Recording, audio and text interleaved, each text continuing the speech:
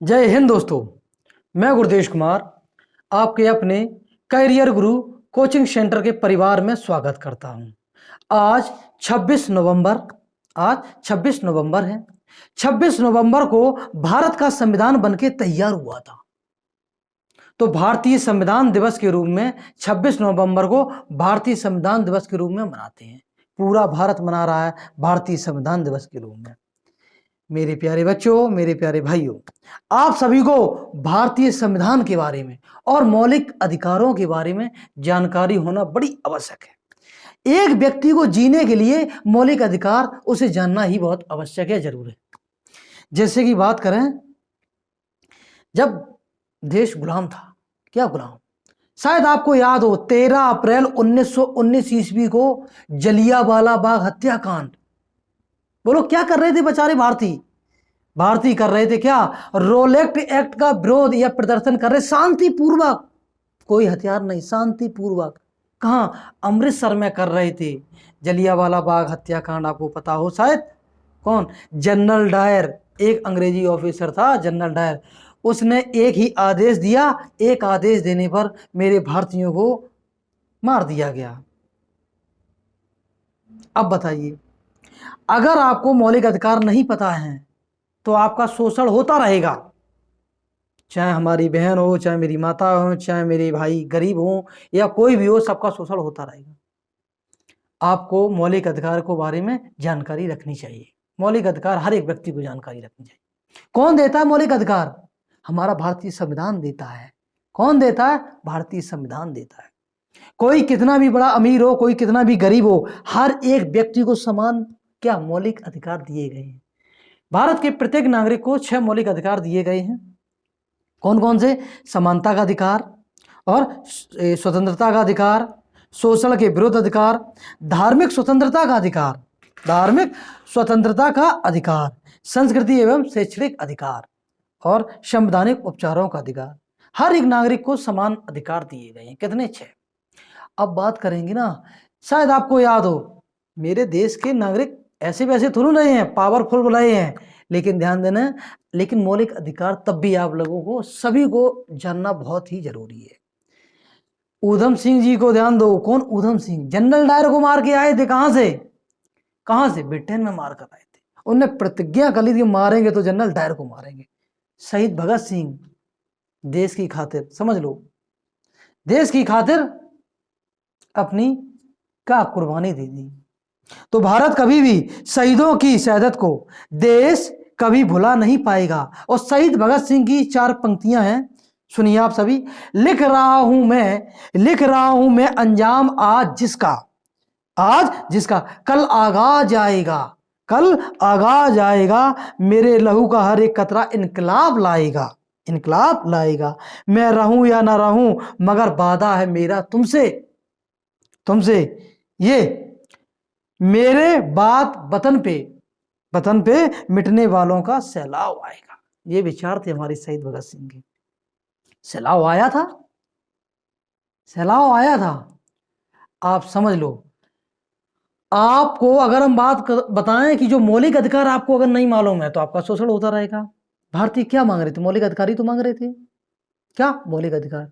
जैसे कि बात करें, भारत का कोई भी नागरिक हो, अब वर्तमान में बहुत सारे संघ चल रहे हैं, जैसे भीम आर्मी है, बजरंग दल सेना है, शिवसेना है, आरएसएस है, बहुत सारे हैं। ये किस लिए है? लोकतंत्र है। लोकतंत्र में कोई भी संघ बना के रह सकता है, कोई भी संघ बना सकता है। लोकतंत्र क्या है? लोकतंत्र के बारे में समझो। लोगों के लिए, लोगों के द्वारा चुनी गई सरकार को लोकतंत्र कहते हैं जी। अब जो आपने वोट डाला है ना, वही आपका अधिकार है। तो आपने तो सरकार आप ही चुनी है। अगर सरकार आपके खिलाफ या किसी भारतीय नागरिक के साथ या भारतीयों के साथ गलत व्यवहार करती है तो आप भारत सरकार के साथ या खिलाफ विरोध प्रदर्शन कर सकते हैं। देखा था आपने, दिल्ली में किसानों ने आंदोलन कर दिया था। क्या मौलिक अधिकार थे? क्या मौलिक अधिकार था? जनरल डायर ने मरवा दिया था। तो वर्तमान की अगर हम बात करें, लोकतंत्र है और गणतंत्र है। गणतंत्र का मतलब होता है जहां का मुखिया राष्ट्रपति चुना जाए। अब मेरे प्यारे बच्चों ध्यान दो, भारतीय क्या मांग रहे थे? भारतीय केवल मौलिक अधिकार मांग रहे थे, जीने के लिए मौलिक अधिकार। तो भारतीय संविधान की अगर हम बात करें, भारतीय संविधान कैसे बना? द्वितीय विश्व युद्ध जैसे ही खत्म हुआ, वहां ब्रिटेन में चुनाव थे। ब्रिटेन में क्या चुनाव? लेबर पार्टी की सरकार थी, उसके प्रधानमंत्री बने थे आटले। उन्होंने घोषणा की थी अगर मेरी सरकार बनती है तो हम भारत को आजाद कर देंगे। 1946 ईस्वी को कैबिनेट मिशन योजना भेजी गई। कैबिनेट मिशन योजना का एक ही आदेश थे, दो। कौन? भारत में अंतरिम सरकार का गठन करना, अंतरिम सरकार बनाना और संविधान सभा का गठन करना। एक बात मेरे प्यारे बच्चों, आप सभी ध्यान लगा के सुनना कि भारतीय जो संविधान है, भारतीय संविधान की अगर हम बात करें तो भारत का संविधान एक व्यक्ति ने नहीं लिखा है। हमने सुना है कि बाबा साहब भीमराव अंबेडकर ने लिखा भारतीय संविधान, नहीं, ये बात गलत है। 299 व्यक्तियों ने लिखा है। भारत के संविधान सभा में 299 व्यक्ति थे। कितने? 299। और हाथों से अगर हम बात करें, भारत के संविधान को हाथों से प्रेम बिहारी नारायण राय यादव ने लिखा, जो रहने वाला कहाँ का था? बिहार का। जानकारी रखना बहुत जरूरी है। हाँ, बाबा साहब भीमराव अंबेडकर को संविधान का पिता या जनक क्यों कहा जाता है? यह बाबा साहब भीमराव अंबेडकर प्रारूप समिति के अध्यक्ष थे। किसके? प्रारूप समिति के अध्यक्ष। आप सभी को जानकारी होनी चाहिए कि प्रारूप समिति क्या करती है, इसके अध्यक्ष होते। तो प्रारूप समिति का मतलब संविधान के पेज को कहां से कहां लगाना, कहां से क्या, जैसे अनुसूचियां कहां रखी जाएं, भाग कहां रखे जाए, इस अनुच्छेद को कहां रखा जाए। इसके अध्यक्ष कौन थे? बाबा साहब भीमराव अंबेडकर। एग्जाम्पल के तौर पे हम तो आप सरल भाषा में समझाना चाहते हैं कि आपको घर बनवाना है, क्या घर बनवाने के लिए हिंदी में बोलते हैं वास्तुकार, आर्किटेक्चर बोलते हैं। आर्किटेक्ट जो होता है, आर्किटेक्चर नक्शा बनाता है घर का, क्या नक्शा। तो ध्यान देना है, नक्शे का काम किया था किसने? प्रारूप समिति ने। और प्रारूप समिति के अध्यक्ष कौन थे? BR अम्बेडकर। इसलिए उन्हें कहा जाता है संविधान का पिता। और मेरी बात आप सभी ध्यान दीजिए, बाबा साहब भीमराव अंबेडकर की अगर हम बात करें, वो एक बहुत महान व्यक्ति थे। उन्होंने सभी के लिए लड़ाई लड़ी है, ऐसी बात नहीं है। सभी महिलाओं के लिए लड़ाई लड़ी है, अधिकार दिलाए हैं भाई। चलो बात करते हैं मौलिक अधिकारों की। अगर हम बात करें, भारत के संविधान के भाग 3 में मौलिक अधिकारों की चर्चा की गई है। अनुच्छेद 12 से 36। भारतीय संविधान के भाग 3 को मैग्ना कार्टा कहा जाता है। आपको शायद याद हो, मैग्ना कार्टा किस लिए कहा जाता है? याद है? ईस्ट इंडिया कंपनी को फर्गुसन ने कर मुक्त व्यापार करने के लिए जगह दी। कौन? 3, उड़ीसा, बंगाल और कौन है? बिहार। इसलिए उसे मैग्ना कार्टा कहा गया था।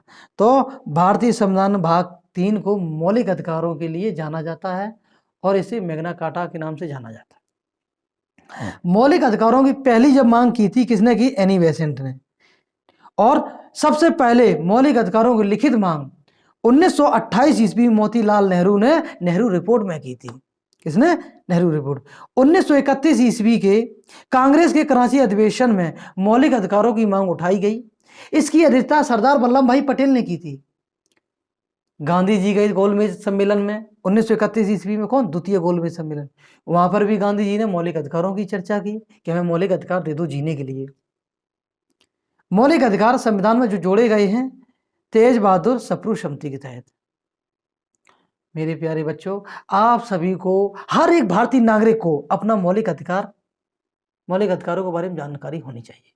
जैसे कि बात करें, संविधान सभा की पहली बैठक 9 दिसंबर 1946 ईस्वी को हुई थी, जिसमें चुने गए थे कौन? सच्चिदानंद सिन्हा अस्थायी अध्यक्ष।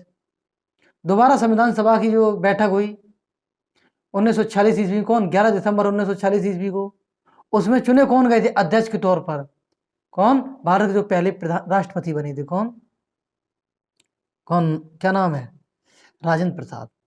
मेरे प्यारे बच्चों, तीसरी जब बैठक हुई थी, किसकी बैठक? तो ध्यान है, तीसरी बैठक में कौन? नेहरू जी। शायद याद हो, सब लोग गाली देते हैं नेहरू जी को कि कुछ ये थे, वो तो महान व्यक्ति थे, ऐसी बात नहीं, जानकारी रखो आप।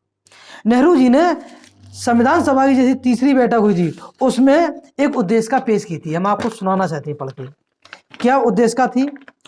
हम भारत के लोग भारत को एक संपूर्ण संप्रभुत्व संपन्न समाजवादी पंथ निरपेक्ष लोकतंत्रात्मक गणराज्य बनाने के लिए तथा उसके समस्त नागरिकों को सामाजिक आर्थिक और राजनीतिक न्याय, विचार अभिव्यक्ति विश्वास धर्म और उपासना की स्वतंत्रता, प्रतिष्ठा और अवसर की समता प्राप्त कराने के लिए तथा उन सब में व्यक्ति की गरिमा और राष्ट्र की एकता और अखंडता सुनिश्चित करने वाली बंधुता बढ़ाने के लिए दृढ़ संकल्प होकर अपनी इस संविधान सभा में आज तारीख 26 नवंबर 1949 को, ठीक है, 1949 को एथित द्वारा इस संविधान को अंगीकृत अधिनियमित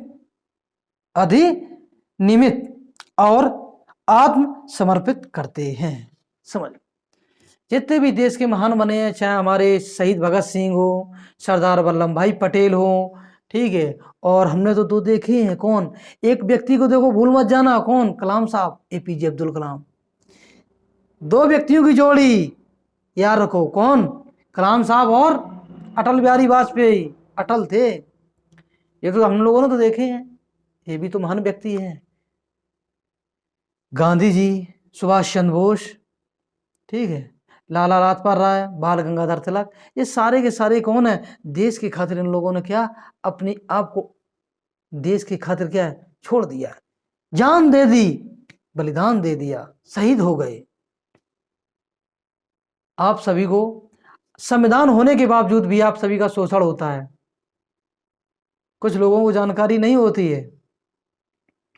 मैंने बस एक ही जानकारी है, क्या है, जैसे कुछ लोग हैं एससी में जो आते हैं वो हमेशा कौन, जय भीम, ये जय भीम की एक चर्चा हमने मेरे सामने आई, मैं तैयारी कर रहा था दिल्ली मुखर्जी नगर में, तो एक बच्चे ने हमसे बोला जय भीम, मेरा सीनियर ही था भाई, हमने भी बोल दिया जय भीम। एक बच्चा बोला कि जय भीम मतलब महाभारत के कोई भीम है, उन्हीं की जय भीम बोली जा रही है। मुझे जानकारी नहीं थी, बाद में पढ़ा कि बाबा साहब भीमराव अंबेडकर को बोलते हैं जय भीम, ठीक है। तो कुछ धीरे धीरे बदलाव हो रहे हैं। हर एक व्यक्ति को, मैं ये नहीं कहता हूं कोई एससी हो, एसटी हो, ओबीसी हो, जनरल हो, कोई भी हो, बैकवर्ड में भी आता हो, कोई भी, हमें क्या लेना, सबको अपने मौलिक अधिकारों के बारे में जानकारी होनी चाहिए, जिससे कि आपका शोषण ना हो। आज के लिए इतने ही। आप सभी को, मेरे पूरे भारतवासियों को भारतीय संविधान दिवस की हार्दिक शुभकामनाएं और सभी शहीदों को नमन। जय हिंद।